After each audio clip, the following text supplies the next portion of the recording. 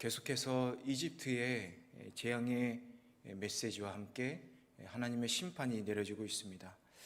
이 이집트에 내려지는 재앙의 메시지를 통해서 하나님께서 오늘을 사는 우리들에게 어떤 말씀을 주시는지 함께 보도록 하겠습니다.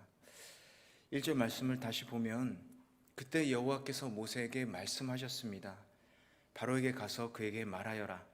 히브리 사람들의 하나님 여호와께서 이렇게 말씀하셨습니다. 내 백성들이 나를 경배할 수 있도록 보내주어라.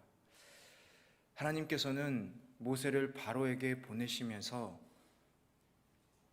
내 백성들이 나를 경배할 수 있도록 보내주어라 이렇게 말씀하고 계십니다. 바로는 이스라엘 백성을 마치 자신의 소유처럼 취급을 하였습니다. 자신의 마음대로 종살이를 시키고 고된 노동을 시켰습니다. 그러나 이스라엘 백성은 바로의 소유가 아니라 바로 하나님의 소유였습니다. 바로의 백성이 아니라 하나님의 백성이었기 때문입니다. 나를 경배할 수 있도록, 즉 이스라엘 백성은 하나님의 소유인 백성이기 때문에 바울에게 경배하는 것이 아니라 하나님을 경배해야 했던 것입니다. 그렇기 때문에 하나님을 예배할 수 있도록 하기 위해서 애굽의 종로로 타는 이스라엘을 놓아주어라 이렇게 하나님은 말씀하고 계시는 것입니다. 이처럼 성도는 세상의 소유일 때 죄의 노예로 살지만 하나님의 소유일 때 거룩한 백성으로 하나님께 예배하며 경배드리는 삶을 살 수가 있는 것입니다. 오늘 우리는 세상의 노예로 살고 있습니까? 아니면 하나님의 거룩한 백성으로서 예배자로 살고 있습니까? 성도의 삶이란 세상이 아닌 하나님께 속하여서 하나님을 경배할 때 가치 있는 삶을 살 수 있는 것입니다. 우리 스스로 거룩해질 수는 없지만 하나님을 경배할 때 하나님의 그 거룩함이 우리 안에 채워져서 우리도 그 거룩함 앞으로 나아갈 수 있게 되고 또 우리 또한 거룩해질 수 있는 것입니다. 여러분, 오늘 그 하나님의 거룩함 앞에 나아가시기를 바랍니다. 하나님을 경배하며 또 하나님을 나의 주인으로 모시며 그분께 예배드리시기를 바랍니다. 하나님께서는 우리를 거룩한 백성으로 삼아주시며 또 하나님께 예배하며 경배하기를 원하십니다. 우리를 거룩의 자리로 이끄시는 여러분 귀한 하나님의 소유가 되고 또 백성이 되시기를 간절히 축원합니다. 우리 2절에서 6절 다시 한번 읽어보도록 하겠습니다. 시작. 만약 내가 그들을 보내지 않고 계속해서 붙들어둔다면 여호와의 손이 밭에 있는 내 가축들 곧 말과 나귀와 낙타와 소와 양과 염소에게 끔찍한 재앙을 내릴 것이다. 그러나 여호와께서 이스라엘의 가축과 이집트의 가축을 구별해 이스라엘 자손의 가축은 한 마리도 죽지 않게 하실 것이다. 여호와께서 재앙 내리실 때를 정하시며 내일 여호와가 이 땅에 재앙을 내릴 것이다 하고 말씀하셨습니다. 그리고 그 이튿날 여호와께서 그대로 하셔서 이집트 사람들의 모든 가축들은 죽었습니다. 그러나 이스라엘 자손의 가축들은 단 한 마리도 죽지 않았습니다. 2절에 그 계속 붙들어 둔다면 이 말씀의 원어상 의미는 억지로 잡아두다 이런 의미가 있습니다. 이 계속해서 붙들어 둔다는 이 바로의 말은 이 억지로 이스라엘 백성들을 붙잡아 두고 있다라는 것이죠. 바로 왕은 이스라엘 백성을 보내주지 않고 억지로 지금 잡아두고 있는 것입니다. 그럼 왜 바로는 이스라엘 백성들을 억지로 잡아둘 만큼 그들에게 집착하고 있는 것일까요? 그것은 애굽의 이익을 위해서였습니다. 출애굽 당시 이스라엘은 장정만 60만 명 정도로 전해지는데 바로가 이들을 놓아준다는 것은 60만 명의 노예를 그냥 풀어주는 것이 되는 것입니다. 그렇게 되면 막대한 노동력을 잃게 되기 때문에 이집트의 경제력은 물론 국력에도 큰 손실을 가져오기 때문입니다. 이 말씀을 통해서 하나님의 말씀보다 이익을 위해서 전능하신 하나님의 말씀을 거부하는 바로 왕의 모습을 보게 됩니다. 우리는 어떻습니까? 하나님의 말씀보다 나 자신의 이익을 위해서 하나님의 말씀을 거부하고 있지는 않습니까? 그 이익을 위해서 억지로 여러 가지 일들을 붙잡고 행하고 있지 않습니까? 세상은 이익이라는 이름으로 우리를 꼼짝달싹 하지 못하게 억지로 우리를 붙잡아 두려고 합니다. 이 억압에서 벗어나는 방법은 하나님의 말씀에 순종하는 방법밖에는 없습니다. 오늘 하나님의 말씀에 순종함으로 여러분 이 세상의 모든 억압에서 자유롭게 되시기를 축원합니다.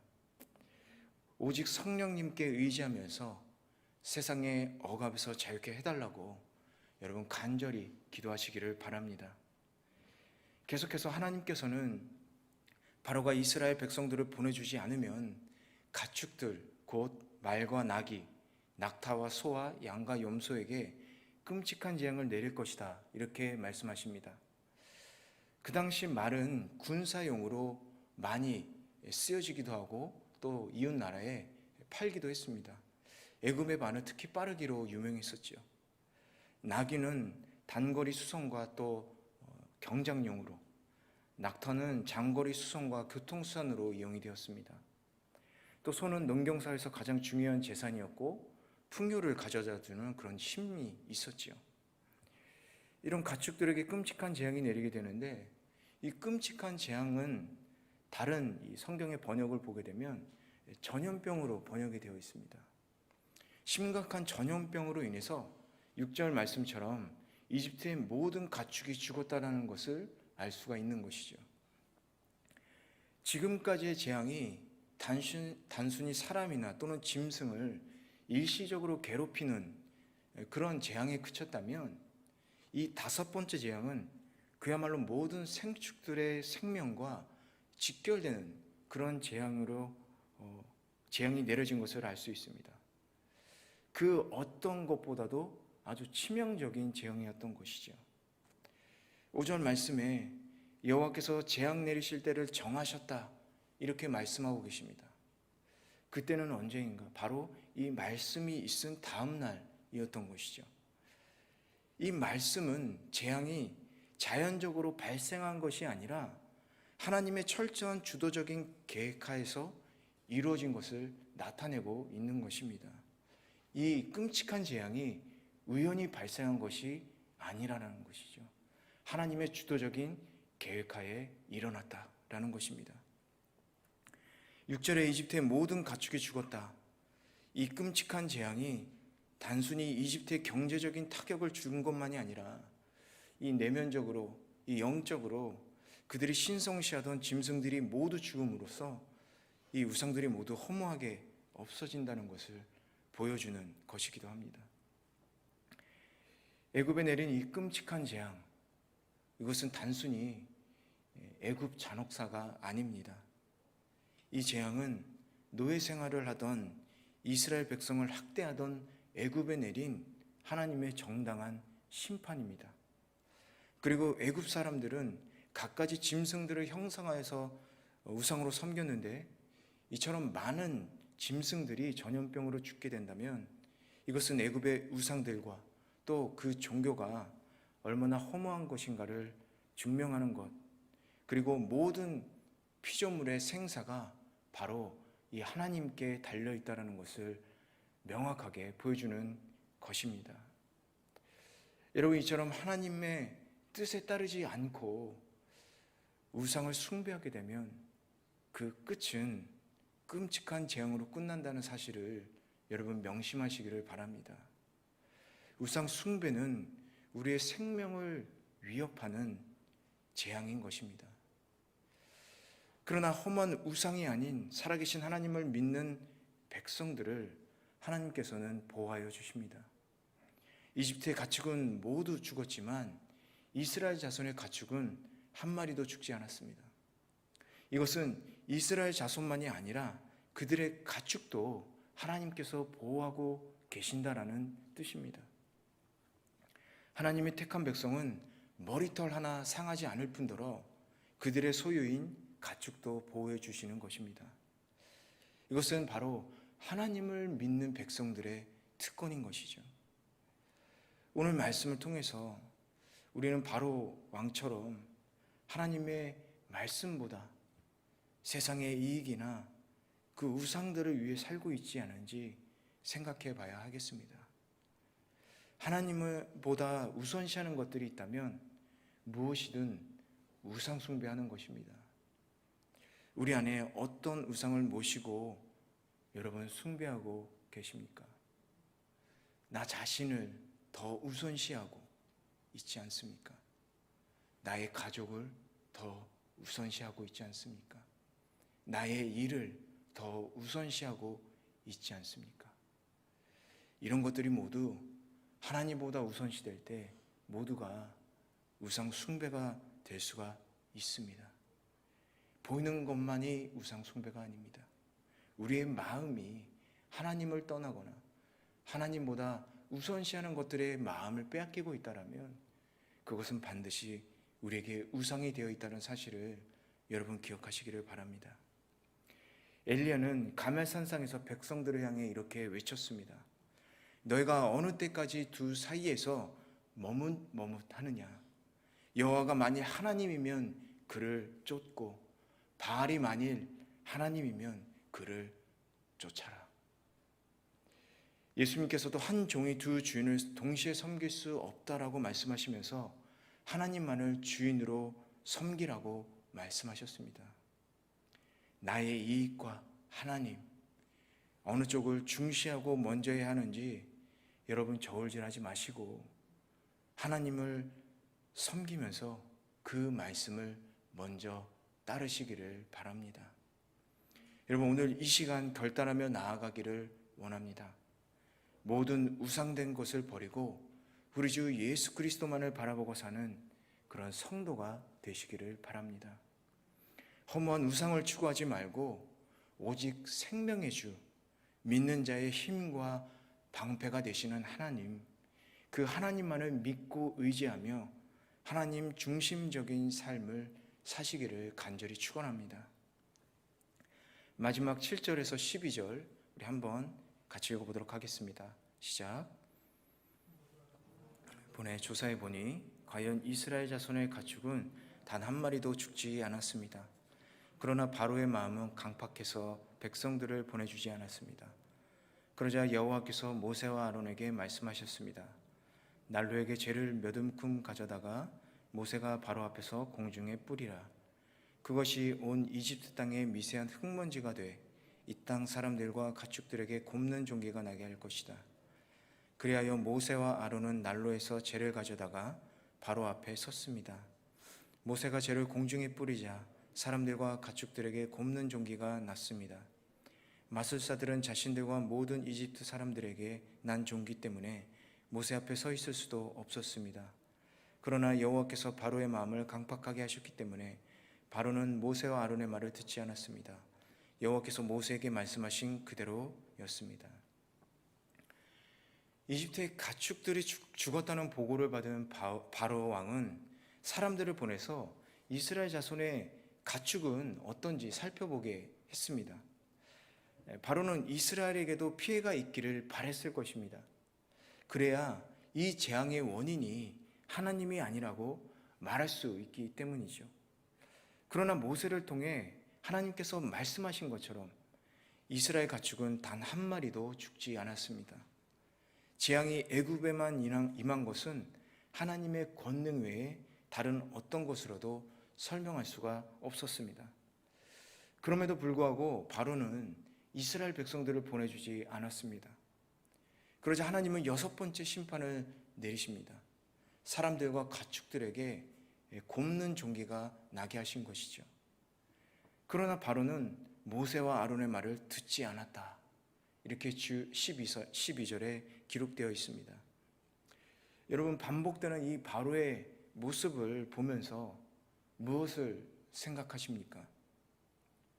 지금까지 여러 차례 행하여졌던 하나님의 기적을 보고도 아무런 깨달음이 없었습니다.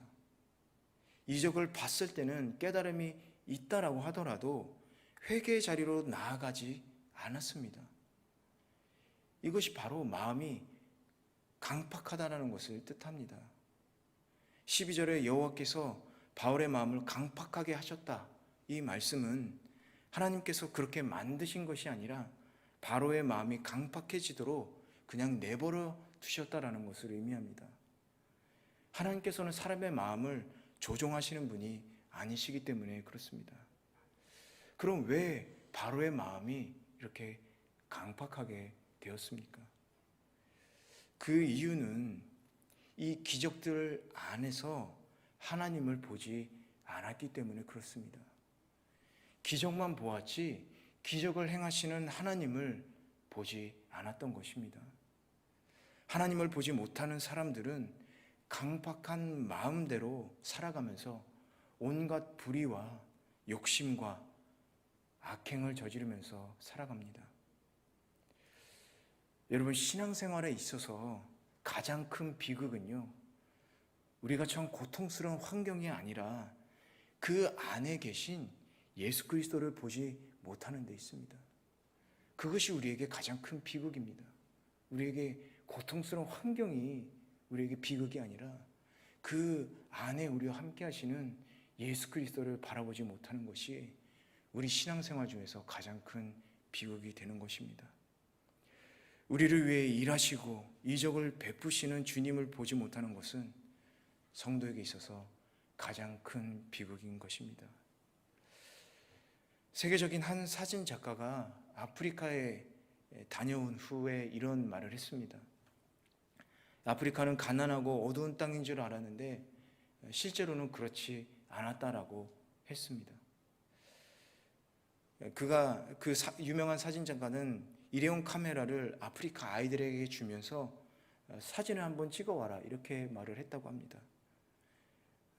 그런데 아이들은 우울하고 슬픈 그런 사진이 아니라 아프리카의 아름다운 노을, 엄마의 미소, 친구들의 그 장난스러움, 그 사진들, 그런 사랑과 희망의 상징들이 담긴 그런 사진을 찍어왔다라고 합니다. 이 사진 작가는 아이들이 찍은 사진을 통해서 아프리카의 어둡고 가난함이 아니라 이런 다양한 모습과 밝은 희망의 모습을 보게 되었다라고 말을 했습니다. 어려운 상황 속에서도 우리가 하나님만을 바라볼 수 있다면 우리는 희망과 용기를 얻을 수 있습니다. 하나님은 이미 우리에게 절망 가운데서도 하나님을 볼 수 있는 그런 희망의 눈을 우리들에게 허락하셨습니다. 최악의 상황에서도 하나님께서 이루시는 최선을 기대하면서 주님을 바라보는 그런 성도는 비극이 아니라 기쁨을 맞이하게 되는 것이죠. 여러분, 세상 사람들은 주님을 보지 못하고 강팍한 마음으로 죄를 지으면서 살아가지만 성도에게는 주님을 바라볼 수 있는 눈을 주셨기 때문에 그 시선을 자신의 상황과 세상에서 돌려서 주님을 바라보며 최악의 상황일지라도 최선을 기대하면서 기뻐할 수가 있는 것입니다. 지금 이 순간부터는 우리의 눈이 십자가에서 생명의 희망을 주신 예수 그리스도만을 향해 있기를 간절히 축원합니다. 하나님을 바라보지 못한 바로로 인해서 결국 몇 움큼의 죄로 온 이집트 땅에 퍼지는 흙먼지가 되어서 사람들과 가축들에게 곱는 종기의 심판이 주어졌습니다. 단 몇 움큼의 죄이지만 하나님께서 하시면 온 땅을 덮는 흙먼지로 바꿀 수가 있는 것입니다. 하나님에게는 불가능이란 없기 때문입니다. 하나님께서는 예수님이 이 땅에 오셨던 그 당시에 가장 저주스러웠던 십자가를 은혜의 십자가로 바꿔 놓으시지 않았습니까? 그 하나님이 바로 우리의 하나님이신 것입니다. 성도 여러분, 우리가 하나님의 말씀에 따라 살아갈 때 악한 세력들에게서 강한 도전을 받게 됩니다. 그런데 우리는 그들의 강한 도전 앞에서 또 실망하거나 좌절하기 쉽죠. 그러나 우리가 모세처럼 하나님을 바라보면서 또 하나님의 말씀을 행하기 위하여 애쓰고 힘쓸 때에 하나님께서는 대적들을 심판하시고 우리에게 승리를 허락하여 주실 것입니다. 그저 우리는 하나님의 말씀을 믿고 용기와 확신을 가지고 하나님만을 바라보면서 담대하게 살아가야 하겠습니다. 그럴 때 제 몇 움큼으로 애굽을 심판하셨던 하나님의 능력이 우리의 삶 속에서 재현되어질 것입니다. 부디 그 놀라운 하나님만을 바라보면서 여러분 하나님만을 경배하면서 이 땅 가운데서 거룩한 택함 받은 백성으로 살아가시기를 축원합니다. 하나님의 희망이 언제나 여러분 가운데 임하시게 주님의 이름으로 간절히 축원합니다.